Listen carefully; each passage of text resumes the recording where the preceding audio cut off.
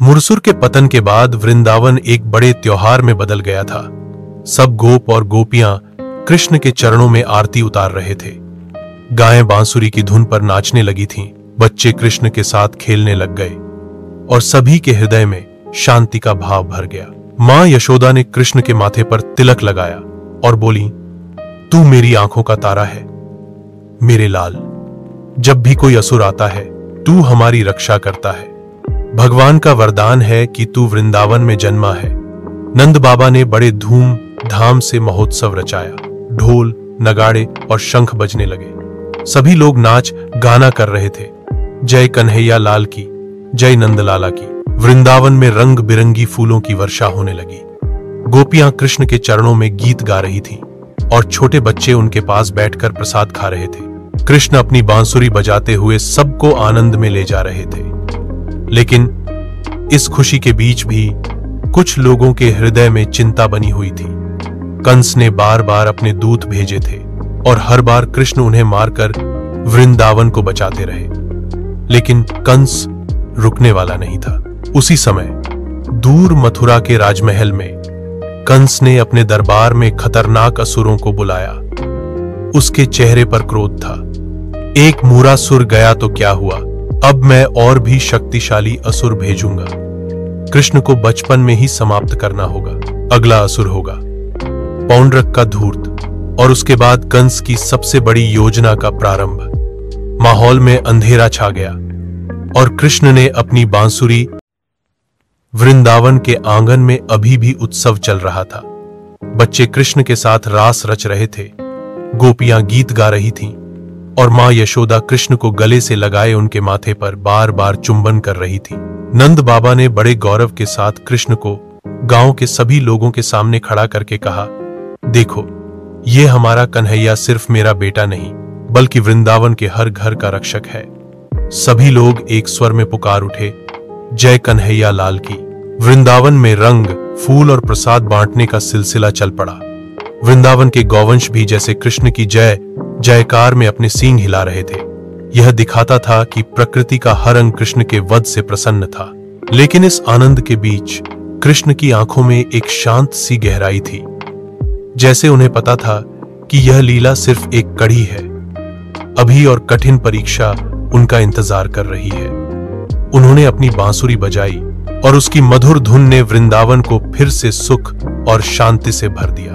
मथुरा दरबार में, दूर मथुरा में कंस अपने राज सिंहासन पर बैठा था। उसके आस पास अंधेरा छाया हुआ था और रात्रि की तरह माहौल भयंकर था। उसने अपने सैनिकों से कहा, एक मूरासुर क्या गया, कृष्ण की मौत का सिलसिला खत्म नहीं होगा। मैं हर बार नए असुर भेजूंगा और उस बच्चे को मिटाकर ही रहूंगा। तभी एक भयानक शंख की ध्वनि हुई और दरिया के गहरे पानी से एक विशाल असुर निकला। उसके हाथ में शंख जैसा भा हथियार था और उसकी दहा से समुद्र की लहरों में तूफान उठ। मथुरा के आस पास के गांव में एक अजीब सा डर फैल गया था। दिन हो या रात, सभी लोग अपने घर के अंदर बंद रहते थे, क्योंकि जंगल की तरफ से एक भयानक रावण जैसी चीख सुनाई देती थी। ये चीख लवणासुर की थी, मधु राक्षस का पुत्र, जिसे अपने पिता से एक दिव्य शूल, त्रिशूल जैसा अस्त्र विरासत में मिला था। कहा जाता था कि जिस भी प्राणी को ये शूल छू लेता, उसका शरीर तुरंत भस्म हो जाता। लवणसुर के डर के कारण लोग खेतों में काम करने से डरते, बच्चे बाहर खेल नहीं पाते और रात को तो पूरा गांव सन्नाटे में डूब जाता। साधु संतों के यज्ञ तोड़ दिए जाते, गौ वंश को पकड़कर राक्षस खा जाता और जो भी उसके रास्ते में आता वह अपना अंत देख लेता। मथुरा नगर के प्रजा एक दिन मिलकर श्री कृष्ण के पास आई। उनके चेहरे पे दुहक और भय सा दिखाई देता था। एक वृद्ध व्यक्ति ने कांपती हुई आवाज में कहा, कृष्णा, तुम्हारी कृपा से हमने पहले भी पूतना, तृणावर्त, कालिया नाग और भी राक्षसों से मुक्ति पाई है, लेकिन अब लवणासुर ने तो हमारा जीना मुश्किल कर दिया है। उसका शूल इतना शक्तिशाली है कि किसी भी देवता ने तक उसे रोकने की कोशिश नहीं की। हम तुमसे प्रार्थना करते हैं, हमें इस अत्याचारी से बचाओ। कृष्ण ने अपने कोमल और शांत चेहरे के साथ लोगों की बात सुनी, लेकिन उसके पास बलराम भी बैठे थे। बलराम की आंखों में क्रोध की चमक आ गई। उन्होंने अपने हल को जोर से जमीन पर ठोकते हुए कहा, भगवान सूर्य भी दिन में चमकने से पहले सोचते हैं कि लवणसुर से कैसे बा। जंगल के गहरे अंधेरों में एक भयानक दरबार सजता था। लवणसुर, एक अत्यंत भयंकर और रक्त जैसी आंखों वाला राक्षस, अपने सिंहासन पर बैठा था। उसके हाथ में उसका दिव्य शूल था जो तेज और अग्नि की तरह चमक रहा था। आस पास के राक्षस उसके चरणों में झुककर उसकी जय जयकार कर रहे थे। दरबार के बीच लवणासुर ने जोर से अपना शूल हवा में घुमाया। एक तेज बिजली जैसी गड़गड़ाहट हुई और पूरा जंगल हिल उठा। पेड़ पौधे झड़ गए और पशु पक्षी भय से इधर उधर भाग गए। लवणसुर जोर से हंसा और गरज उठा, हा हा हा, पूरा मथुरा मेरा है। यशोदा का बेटा कृष्ण और उसका भाई बलराम अपने आप को बड़ा वीर समझते हैं, लेकिन मेरे शूल के सामने उनकी कोई औकात नहीं। जिस दिन मैं उनसे टकराऊंगा उस दिन मथुरा की गलियों में बस राक्षस राज करेगा। उसके दरबार में कुछ राक्षस ने भय से कहा, स्वामी, कृष्ण तो भगवान विष्णु का अवतार माना जाता है, क्या उन्हें हराना संभव है? ये सुनकर लवणसुर की आंखें और भी लाल हो गईं। उसने एक बड़े राक्षस को अपना शूल दिखाया और बोला, देखो इस शूल की शक्ति। एक पल में लवणासुर ने अपना शूल जमीन पर पटका। जहां शूल गिरा वहां से एक आग का विशाल गुब्बार उठा और जो भी राक्षस वहां खड़ा था वह तुरंत भस्म हो गया। पूरा दरबार सन्नाटे में आ गया। किसी में भी इतनी हिम्मत नहीं थी कि एक शब्द कहे। लवणासुर गरज कर बोला, अब कृष्ण को आकर अपना अंत देखना होगा। अगर वह मथुरा को बचाने आया तो मेरा शूल उसका भी अंत कर देगा। और आगा? वृंदावन के मधुर और शांत वातावरण में सभी गोप और गोपियां एक साथ एकत्रित हुए थे। उनके चेहरों पर भय था, क्योंकि लवणासुर के अत्याचार की खबर हर तरफ फैल गई थी। गांव के बुजुर्ग, बच्चे और स्त्रियां सब कृष्ण और बलराम के चरणों में गिरकर प्रार्थना करने लगे। कृष्णा, तुम भगवान विष्णु के अवतार हो, हमारी रक्षा करो। एक वृद्ध गोपा ने रोकर कहा। बलराम ने अपना हल जोर से जमीन पर पटका और गरज कर बोला, चिंता मत करो, जब तक हम दोनों हैं लवणसुर का अत्याचार वृंदावन तक नहीं पहुंच सकता। जो अपने शूल पर घमंड करता है उसे मैं अपनी गदा मैस से दिखाता हूं असली शक्ति क्या होती है। कृष्ण मुस्कुराए। उनके चेहरे पर शांत और मधुर तेज था। उन्होंने अपनी बांसुरी उठाई और एक मधुर धुन बजाई, जिससे लोगों के हृदय से थोड़ा भय दूर हुआ। कृष्ण ने बलराम की तरफ देखा और बोला, भैया, लवणासुर अत्यंत शक्तिशाली है। उसका शूल असुर लोक का सबसे विशाल अस्त्र माना जाता है। अगर उस शूल को रोकने का कोई उपाय नहीं किया तो प्रलय आ सकता है। इसीलिए हमें युद्ध करने से पहले एक योजना बनाना होगी। बलराम ने हाँ में सिर हिलाया। तो क्या सोच रहे हो कृष्णा? तुम्हारी योजना क्या है? कृष्णा ने धरती पर अपनी उंगली से एक रेखा खींचकर नक्शा बनाया। उसने समझाया, लवणासुर का शूल तभी प्रभाव करता है जब वह उससे सीधा अपने शत्रु पर चलाता है। हमें उसे ऐसे मुंह मारना होगा कि वह अपना शूल बार गलत दिशा में फेंके। जितनी बार उसका शूल खाली जाएगा उतनी ही। सुबह का समय था। मथुरा नगरी अपनी रोशनी और शांति के लिए प्रसिद्ध थी, लेकिन उस दिन आसमान पर काले बादल छा गए। बिजली की चमक ने शहर के लोगों के दिल में भय भर दिया।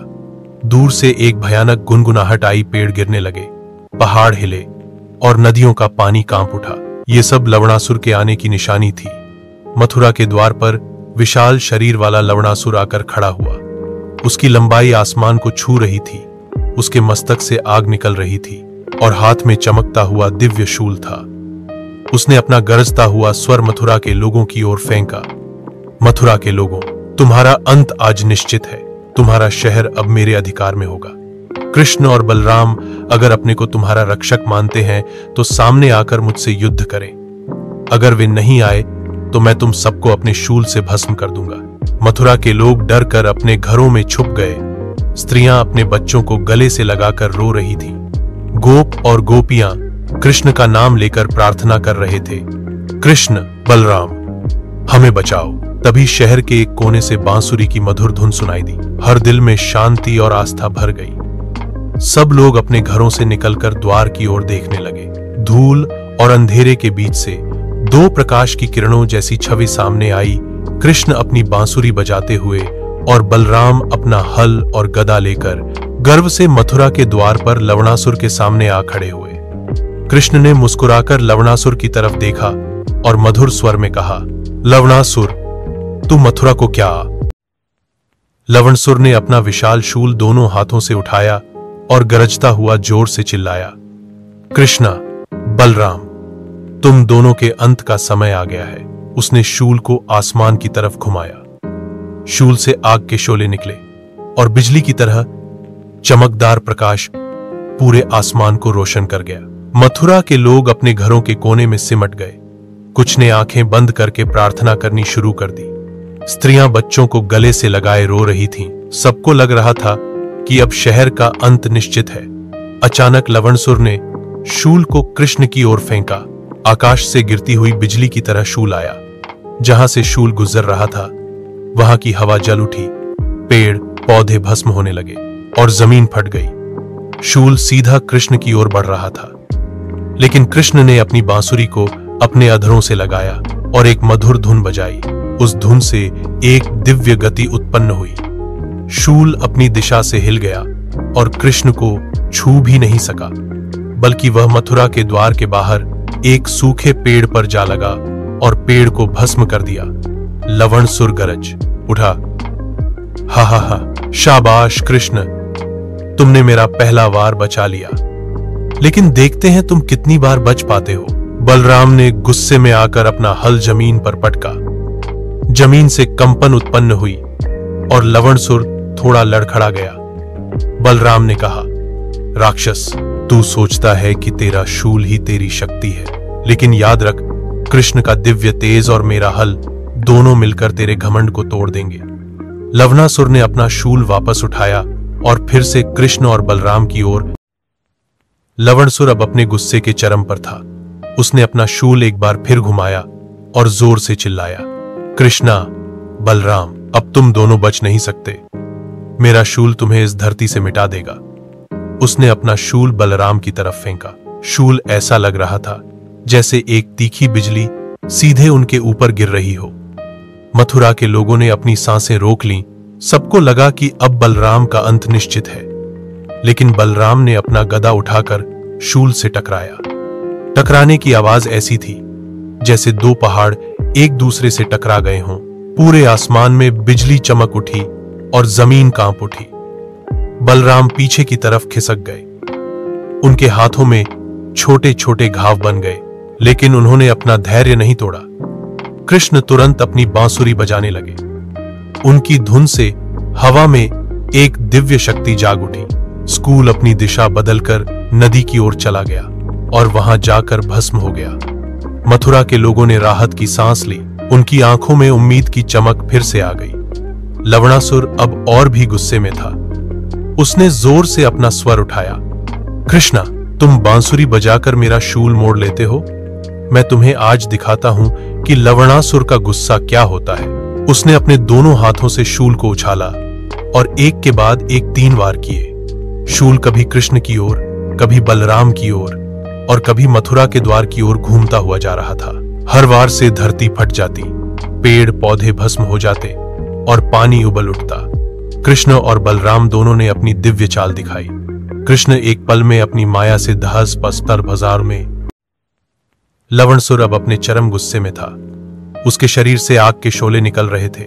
आंखों में खून की तरह लाल ज्योति जल रही थी। उसने अपना दोनों हाथ जमीन पर पटका और जोर से गर्जा, हे कृष्ण, तुम्हारी माया मुझे रोक नहीं सकती। लवणासुर अभी जिंदा है और जब तक एक सांस भी बाकी है मैं तुम्हें जीतने नहीं दूंगा। उसके गरजने से मथुरा की दीवारें हिलने लगीं। लोग अपने घरों से निकलकर मंदिर के सामने कृष्ण का नाम जपने लगे। वृद्धा महिलाएं, बच्चे और जवान सभी एक सुर में चिल्लाए, गोविंदा गोविंदा, कृष्णा कृष्णा। बलराम ने अपना हल और गदा दोनों हाथों में उठाया और लवणासुर की ओर बरसे। उनके वार इतने भारी थे कि लवणासुर पीछे हट गया। हर वार के साथ जमीन फट जाती थी, पेड़ गिर जाते थे और धूल का तूफान उठता था। लावणासुर ने अपने बड़े बड़े मुक्के से प्रहार करने की कोशिश की, लेकिन बलराम के वीर भाव और शक्ति से उसके प्रहार निरर्थक हो गए। तब कृष्ण ने अपना सुदर्शन चक्र आसमान में घुमाया। चक्र के घूमने से पूरा आकाश ज्योति से भर गया और लवणासुर अंधकार में कुछ देख नहीं पा रहा था। उसने आंखें बंद कर लीं, लेकिन फिर भी दिव्य ज्योति उसके अंदर तक घुस गई। उसका गुस्सा अब भय में बदल रहा था। कृष्ण शांत स्वर में बोले, लवणासुर, तेरा अत्याचार अब समाप्त होने वाला है। तूने लोगों को दुहक दिए, धर्म के रास्ते से हटा दिया और अपने अभिमान में देवताओं को भी चुनौती दी। अब तेरा अंत निश्चित है। यह सुनते ही लवणासुर चीख कर बोला, कृष्णा, अगर तू मुझे मार। लावणासुर के पतन के साथ ही मथुरा नगरी ने एक नई प्रभात की शुरुआत की। दिन के पहले सूरज की किरणें जब नगरी के मकानों और मंदिरों पर पड़ी तो हर तरफ शांति और सुख का वातावरण छा गया। कल तक जो लोग भय और अंधकार में जी रहे थे, आज उनके चेहरे पर खुशी की चमक थी। मथुरा की गलियों में लोग कृष्ण और बलराम के नाम के गीत गाने लगे। बच्चे फूलों से खेलते हुए चिल्लाए, जय जय कृष्ण, जय जय दौजी बलराम। महिलाएं मंदिर के द्वार पर रंगोली बनाकर दिया जलाने लगी। युवक नगरी के चौराहे पर ढोल नगाड़े बजाकर उत्सव मनाने लगे। पूरे शहर में ऐसा लग रहा था जैसे दीपावली आ गई हो। राजा उग्रसेन ने राजमहल में एक बड़ी सभा बुलाई। उसने कृष्ण और बलराम को सबके सामने बुलाया और कहा, हे नारायण के अवतार, आप दोनों ने हमारी नगरी को लवणासुर के आतंक से मुक्त कराया। मैं आपको नमन करता हूं। मथुरा की प्रजा आपके कृपा का जीवन भर नर मानेगी। इसके बाद सभी लोग कृष्ण और बलराम के चरणों में पुष्प अर्पण करने लगे। देवताओं ने भी अपने अपने लोक से देखकर स्तुति की। धन्य है मथुरा के लोग जो कृष्ण बलराम जैसे रक्षक पाए। बलराम ने हंसकर कहा, हमारी शक्ति तुम्हारी श्रद्धा और विश्वास से ही बनती है। जब लोग धर्म पर टिके रहते हैं तो असुर कभी जीत नहीं पाते। कृष्ण ने अपने मधुर स्वर में सबको आशीर्वाद देते हुए कहा, यह विजय सिर्फ हमारी नहीं है, यह विजय हर उस भक्त की है जो प्रेम और भक्ति में मुझे याद करता है। धर्म की जीत हमेशा होती है। और मथुरा नगरी में उत्सव की आवाज गूंज रही थी, लेकिन उसी समय कंस के महल में घने अंधकार का वातावरण था। कंस अपने सिंहासन पर बैठा हुआ था। उसका मुख गुस्से और जलन से लाल हो चुका था। उसने अपने दो हाथ सिंहासन के हाथों पर जोर से पटके और जोर से गरजा, एक और असुर मारा गया। पूतना, तृणावर्त, बकासुर, अघासुर, अरिष्टासुर, शंखासुर और अब लवणासुर, सब कृष्ण के हाथ से क्यों मरते जा रहे हैं? क्या कोई भी ऐसा नहीं जो उस गोविंद को रोक सके? दरबार के राक्षस और सेनापति घबराकर एक दूसरे की तरफ देखने लगे। कंस की आंखों में आग थी, उसकी सांसों की गति तेज हो गई थी। तभी एक घना धुआं सा हॉल में फैल गया।